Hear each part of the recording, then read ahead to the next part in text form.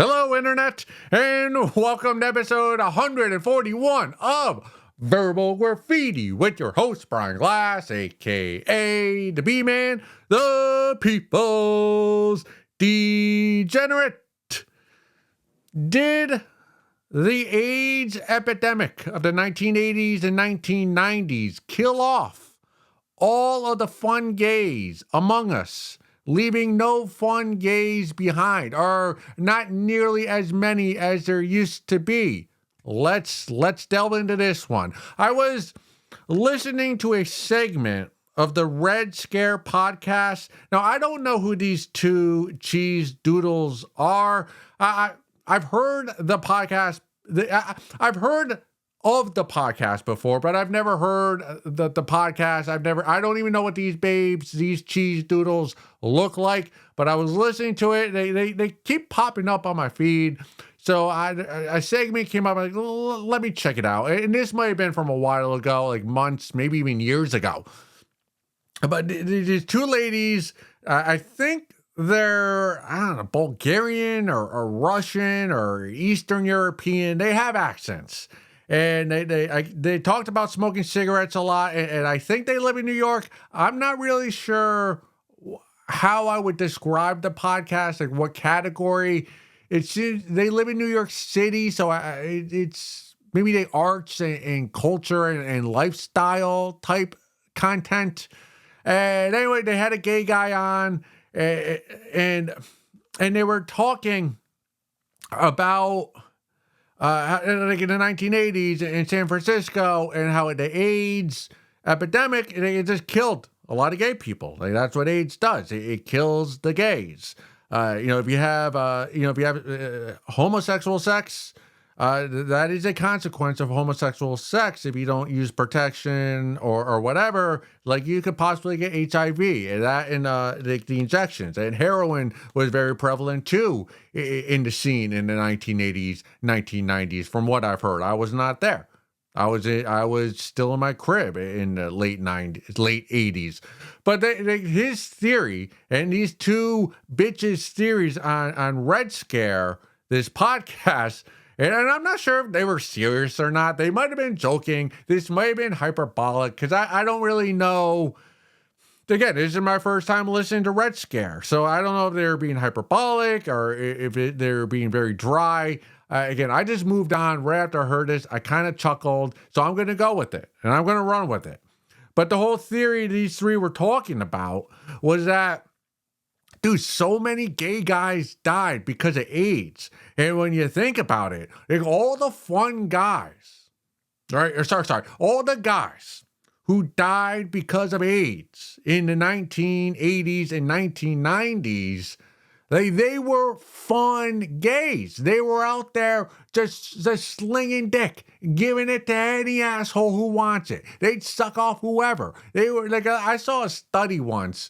Like, the average gay guy in San Francisco in the 1980s, they averaged over 400 sexual partners in his lifetime. So that's a lot. At least as a B-man, I consider that a lot, at least compared to me, it is. And so, like, those were fun people. Those were guys who were out at the discos, having one-night stands, doing some blow, maybe a little injection, drinking, fucking one-night stands, listening to music, going to concerts, fashion, part of the scene. These were the premier partiers of the gay community. And a lot of those Johns died because they got a little too frisky with the partying, and the HIV and the AIDS virus got them. And then I guess it kind of makes sense. Well, if all the fun gays died off because the AIDS got them, well, then all the gays that are survived, while a lot of them are still very fun, just think of how many more free-spirited, lively gays would still be with us today. Like, future generations of gays, if the AIDS hadn't run wild over the gay community pre year 2000, and it seems to make sense to me. Again, I didn't do any research. I just heard two bitches on a podcast say it, and I'm running with it. It seems to make sense that, yeah, like the gay community would be so much more lively. There'd be so much more dick slinging, so much, just wildness at the gay nightclubs, if AIDS had not come along. So, although it does seem like the gays like to get after it, after all, it is Pride Month. I mean, we see them; they're out there. I've been to gay bars. Every time I've been there, I've had an enjoyable time. But again, to be a man, I'm a charming man. So that could just be the way I look, my appearance, my attitude, my personality, my lovely blue eyes. It seems though when I'm in the presence of the gays, they like me, and so it's. But I wonder how much more, but with the fun gays, right? The ones who died of AIDS, would they like to be, man? What would the gay community be like if the AIDS had not wiped out so many of them pre-2000? And it's a shame, because I do think, although I'm an observer from afar of the gays, that they do seem to live a fun, free-spirited lifestyle. Fuck and get fucked, party and go to another party. That's their lifestyle. But how many more decibels would the party lifestyle be if not for AIDS and PrEP? And if you don't know what PrEP is a drug that a lot of people, a lot of Johns in the gay community, they take because PrEP is a drug that helps you or lowers your chances of contracting HIV. So if you take PrEP regularly and engage in non-condom sex, your chances of contracting HIV go down because of the drug PrEP. And I have been looking into it. I'm not sure if it's the same is true for heterosexuals, because to be man, I love me some vagina, especially if it's a fur burger. There's a little bit of hair down there. I dig that. So, man, the gays could have been wilding out even more than they are if not for HIV. And it's a shame.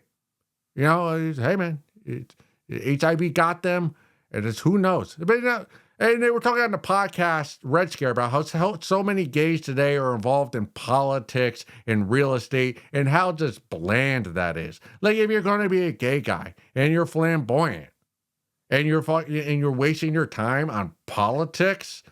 I think what they were getting at on Red Scare is like, dude, fuck. Politics is important, and so is real estate and making money. But hey, man, get out there and get after it. Get that ass. Get that ass. And that was the motto of the gays in San Francisco pre-AIDS, or when it was first hitting the scene. They were more concerned with getting that ass than getting that policy through, whatever it is, with marriage and equal rights and all that bullshit. Like, who wants to get married, really? We talked about it last episode. You get married, your wife turns into a fatty. Or I guess if you're gay, maybe your husband turns into a fatty. So you don't want that. Get that ass. Get that ass. But again, I know nothing about this topic.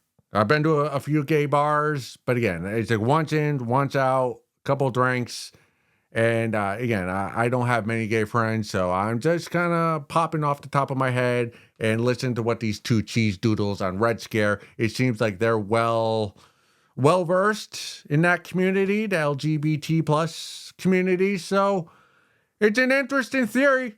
Piqued my interest. It's something I never thought about. Obviously I know about AIDS, HIV, and how everyone stopped having sex in the early 90s, and how everyone started using condoms, and sex kind of became, But I never thought, wow, how many fun-loving... I knew so many gays died, but it never, occurred to me that so many of those gays that died during the AIDS epidemic were the fun-loving, dick-slinging,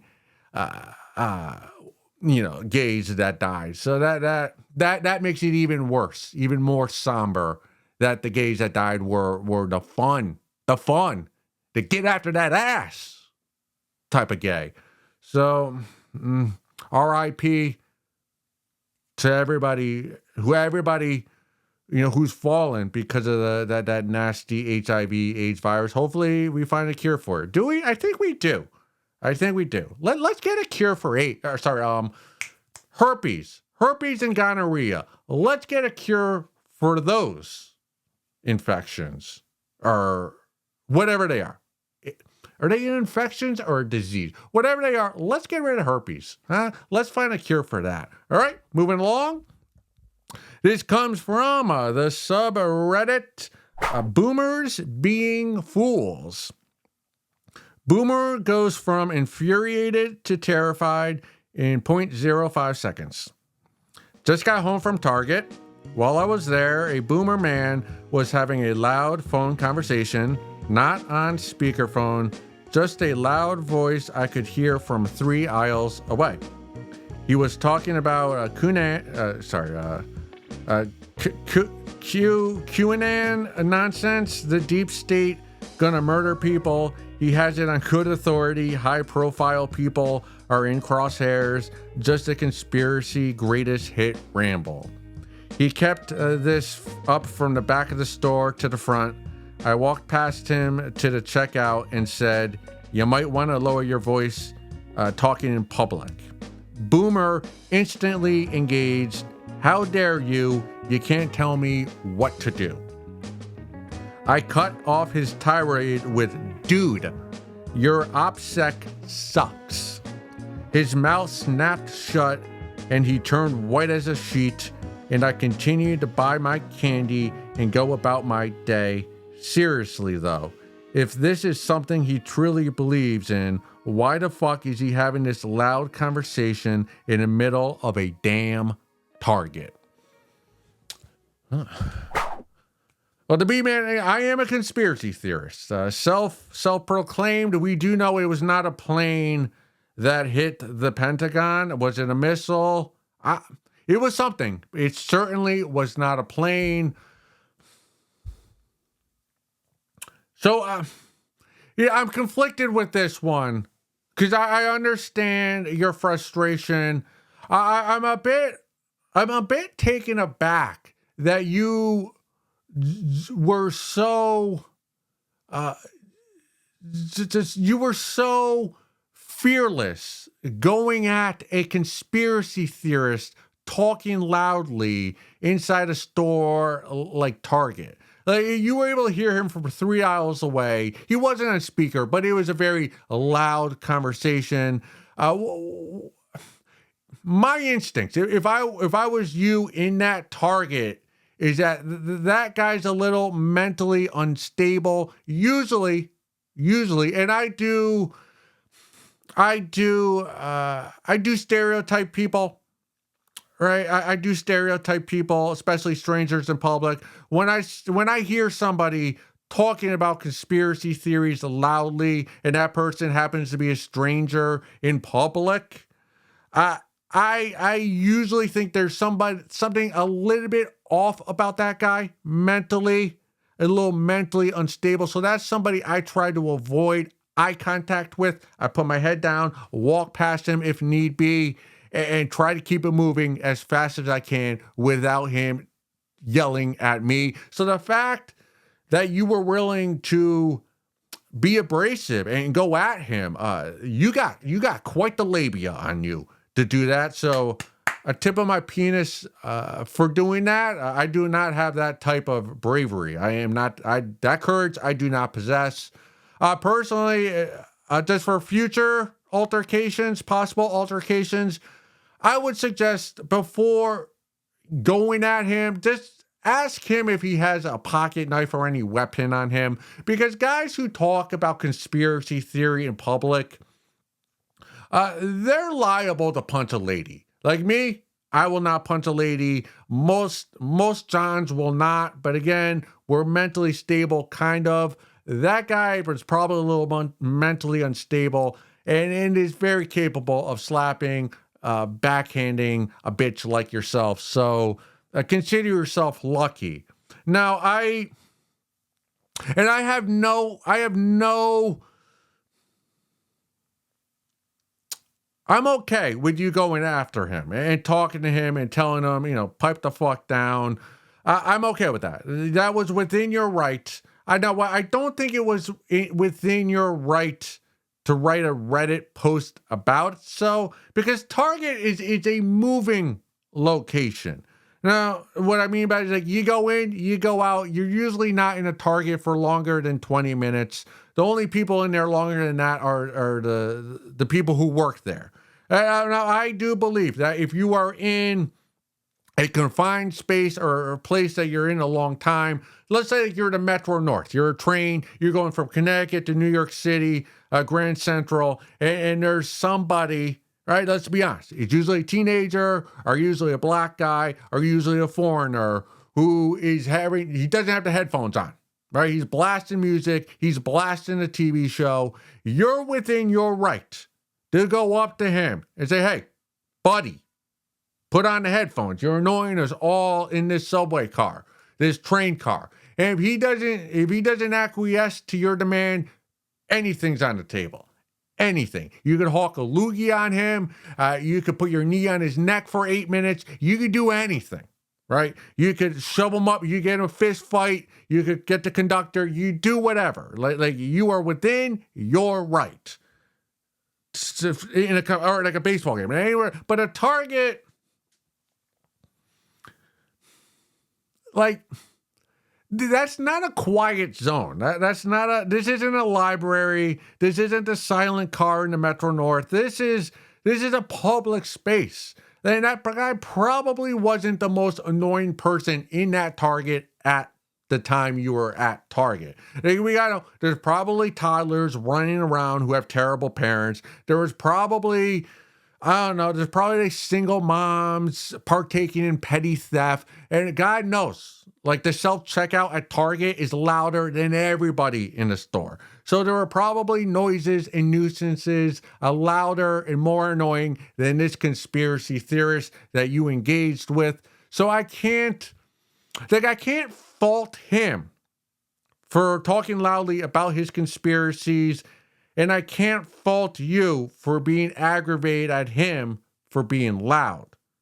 But he's not in the wrong, but and he does not deserve this criticism on your Reddit post.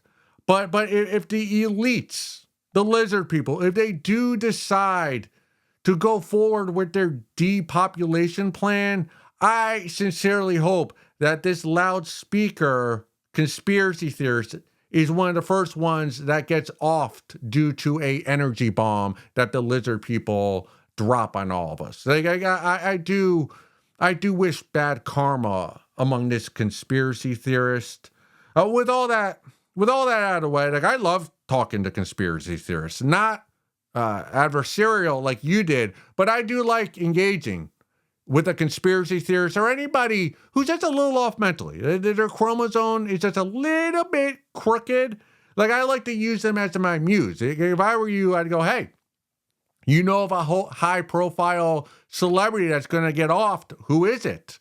Oh, if it's Tom Cruise, okay. And then you just kind of got that in the back of your head. Like, most likely, Tom Cruise is going to be alive next week. But if he does get offed, like you now know, like you interacted with a deep state 150 IQ type character. So that's fun to know. So he's in the wrong. You're in the wrong for pointing out his wrong. But I'm okay with both of your behaviors in that store at that time, if that does make any sense at all, which I don't think it does. Let's go look at some photos.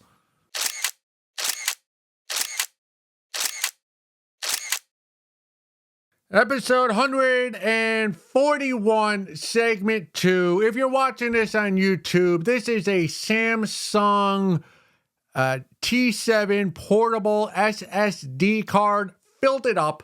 This cost me a little under $500. This little piece of technology. It has all 140 episodes, the first 140 episodes of Verbal Graffiti stored on it in 4K, along with all those sketches, short films, bits that I've done. It's all on this and all my reels. So if I die, if I tragically die, whoever find this is where they're all stored. Give it a look.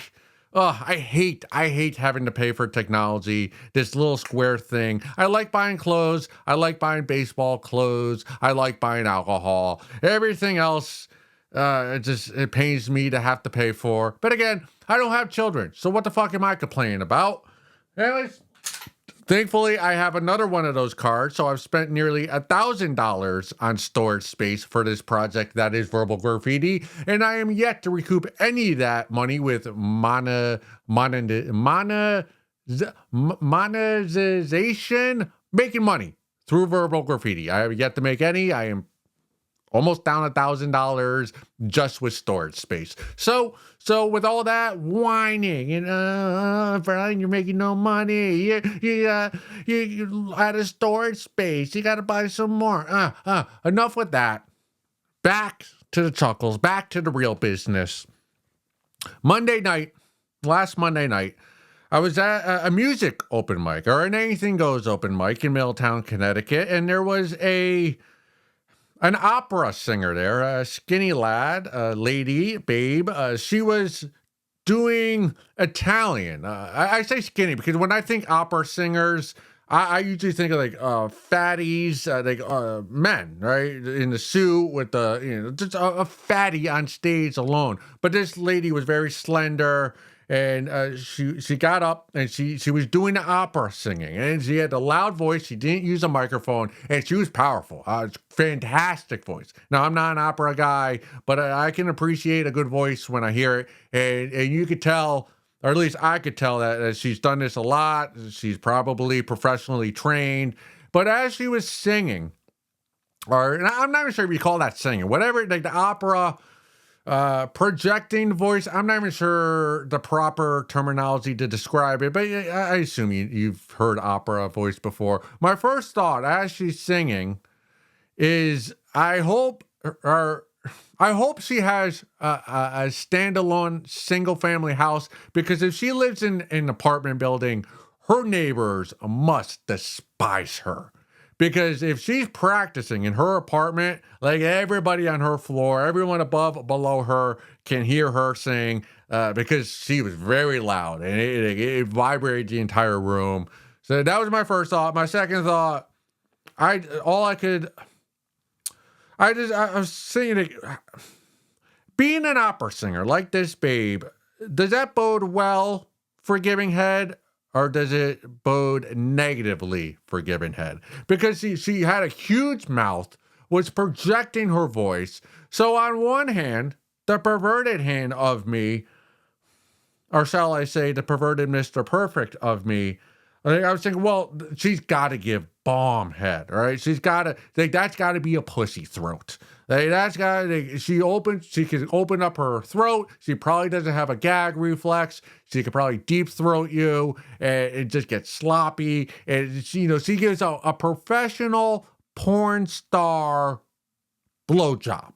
That was my instinctive thought. But she sung for probably 10 or 15 minutes. And that was my initial thought sexually. But the more I thought about it and analyzed it while she was singing, I kind of came to the conclusion that she's probably not a proficient head giver, right? And maybe she definitely has the ability to give bomb head, but she probably refrains from doing so because giving head might it might destroy her voice. Like, she needs to use those pipes got to be used for the opera to get all those noises out of her mouth. And it comes from down here and out there, and shoving cock down your throat and deep throating and gargling on it and choking on it and maybe even vomiting on it. And just your face filled with tears and just spitting, and it's coming down your throat, and it's going to make your mouth sore. It might irritate your throat. So Like, I came to the conclusion after her performance at that open mic that opera singers, female opera singers, and I guess gay opera singers as well, probably do not. It's not that they don't enjoy giving bomb head. They probably only do so during special occasions because they need to save their throats, for their art form. But if she's a freak, maybe since she's at an open mic, she's not really making a whole lot of money. So maybe she is willing to use her throat and that mouth to give bomb head. So if we have any opera singers who are watching or listening to Verbal Graffiti, please hit up the B-Man and let me know how accurate or inaccurate my analysis is when it comes to opera singers giving bomb head or refraining from doing so. Moving along. But again, this lady, this babe, tremendous voice. Regardless of whether she gives bomb head or not, her voice is on point. On point. All right, this comes from the subreddit Eloping. Eloped and mom is capital letters mad. My husband and I eloped this past weekend. Hold on. Okay, my mic is on. We have been talking about getting married for a few months, have been together a few years. Okay, good. I have told my mom that we've been thinking about eloping and having a celebration with family and friends sometimes after the fact. Well, this weekend, we ended up eloping. It was lovely, quiet, and something we kept a fun little secret for a day. I told my mom last night. She is very hurt that she wasn't there, which I understand and I do feel bad about. I'm wondering if anyone has advice on how to go about this, telling the rest of the family, and explains to my mom that this wasn't a decision made with intentions of hurting her, but what was right for us in our relationship. We are planning on having a celebration this fall or winter, but details are still up in the air, and we are in the process of moving and career changes. ETA, I just spoke with her again, and she cried, saying how hurt she is and how much we have been through together, and that if I would have just called her, she would have come and been there. I generally don't know how to respond to this. I feel terrible. Absolutely. You should feel terrible because you are a self-absorbed, how shall I describe you? You're self-absorbed, centered bitch. That's who you are. And that's why you're feeling terrible now, because all you thought about was yourself. And absolutely, you should feel terrible. You deserve more than a terrible feeling that you're feeling. You deserve far worse. And I suspect your life will not be peachy going forward. We'll get to that. But the reason that you're so self-absorbed, right? You want to elope, fine. But you got to give your parents, if you have a good relationship with them, and since you wrote this post, I assume that you have a loving relationship with your mother, at least your mother. I don't know about your father, but you got to give her a chance to be at the ceremony or at the vows that are being told wherever, on what island. Like that, you can't call your mom the day after you got married and go, hey mom, I got married yesterday, and oh yeah, me and the husband, we're moving across the country for our new jobs, and that way you'll only see us on holidays and you won't be part of our grandchildren's lives. Why are you upset at me? Well, I don't get it. Why are you upset? Of course she's upset with you. Your mom's been with you your entire life, since day one, literally, before day one. She gave birth to you. Like, she literally pushed you out of her vagina. And this is a bit of a sidetrack I'm going to go on right here.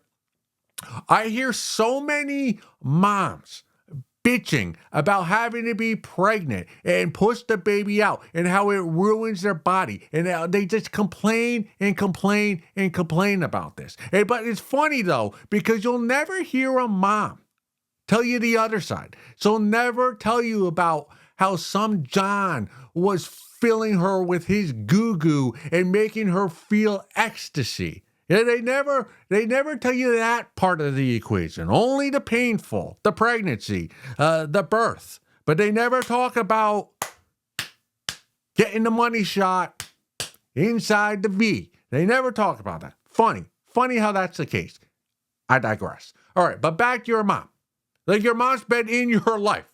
That was a wild sidetrack right there, by the way. But your mom's been in your life since day one, before day one. Like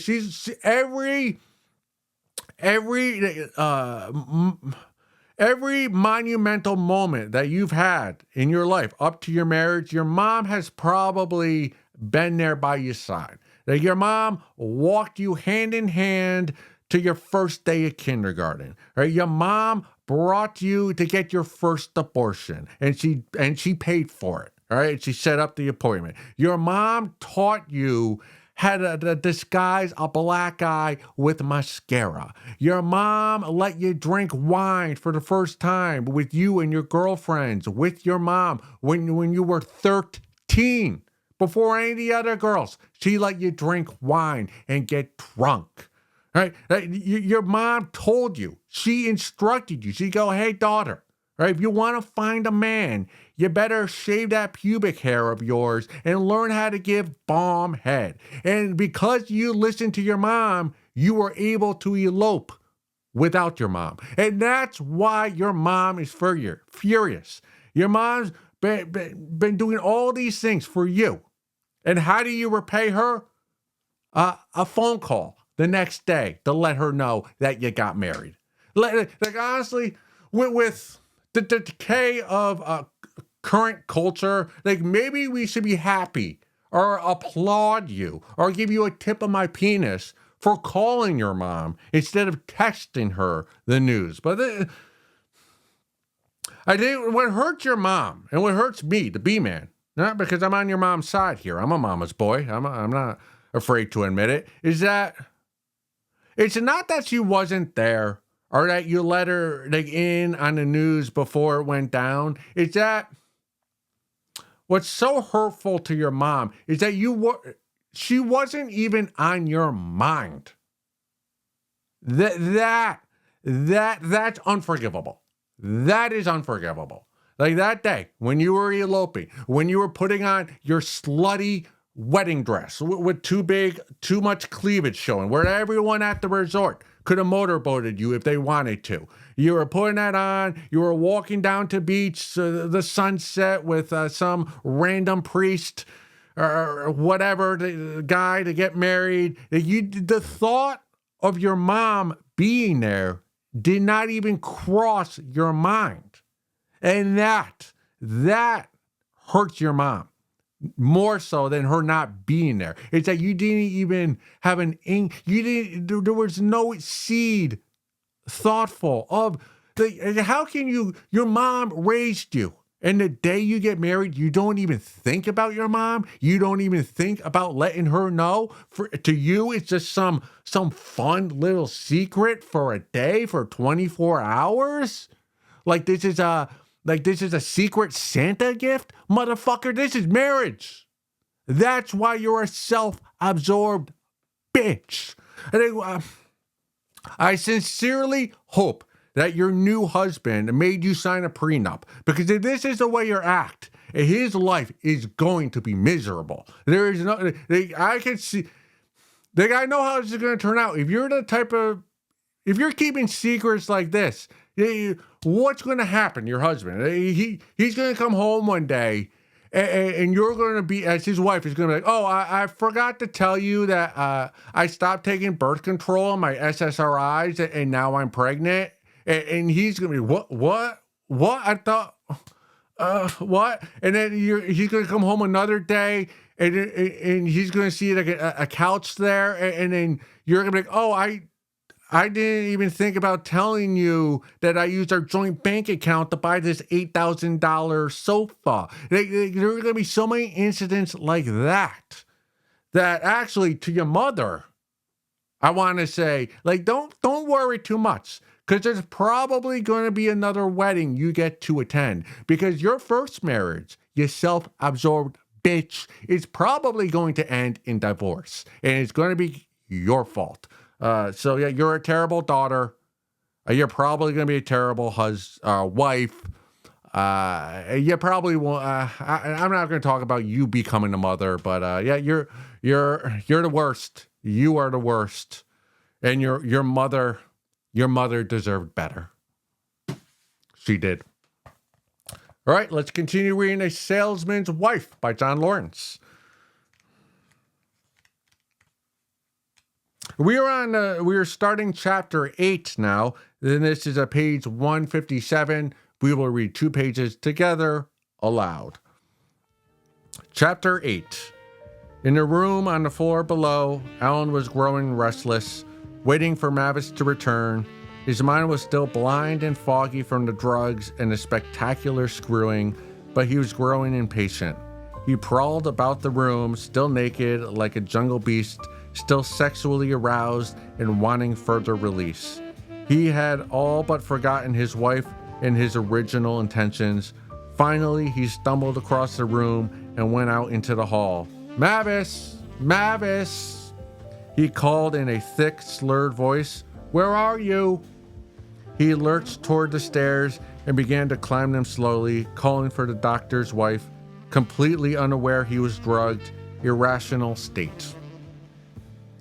Inside the huge room, Carlsberg had grown feverish with passion as he watched Pamela sucking and tongue-fucking his wife's throbbing pussy. Mavis rolling her head from side to side and groaning wildly as the young wife buried her face in totally shameless abandon into her sweet, wet, cuntal flesh. Then the doctor emitted a deep, guttural cry and lunged toward the writhing pair of women on the floor, still gripping his inflated cock. Quickly he straddled his legs on either side of Mavis's shoulders and knelt so that his desired hardened penis was pressed against her mouth. "Suck my cock," he ordered harshly. "Suck it." His wife needed no encouragement. She was so heatedly aroused by Pamela's passionate tongue fucking that she was happy to have an object on which to vent her feverish excitement. Eagerly, she opened her mouth wide, gripped her husband's muscular buttocks, and with her hands and took his hugely pulsing tool deeply inside her mouth. She began to suck on it immediately with demonic drive, slavering over the thick, muscular shaft with greedy, devouring intensity. "Mm-hmm," she moaned from deep within, consumed with obscene rapture. "Mm-hmm." Carlsberg gripped her hair fiercely as she sucked at his cock, breathing rapidly, perspiration breaking out of his forehead. He grunted like an animal and shoved his hips back and forth with harsh, bucking movements that nearly made Mavis cough and gag. Yet their passion was at such a fervent pitch that she was able to take his massive organ to the very back of her throat, sucking on it as though she were trying to drain him to the very dregs. "Go suck a fat one."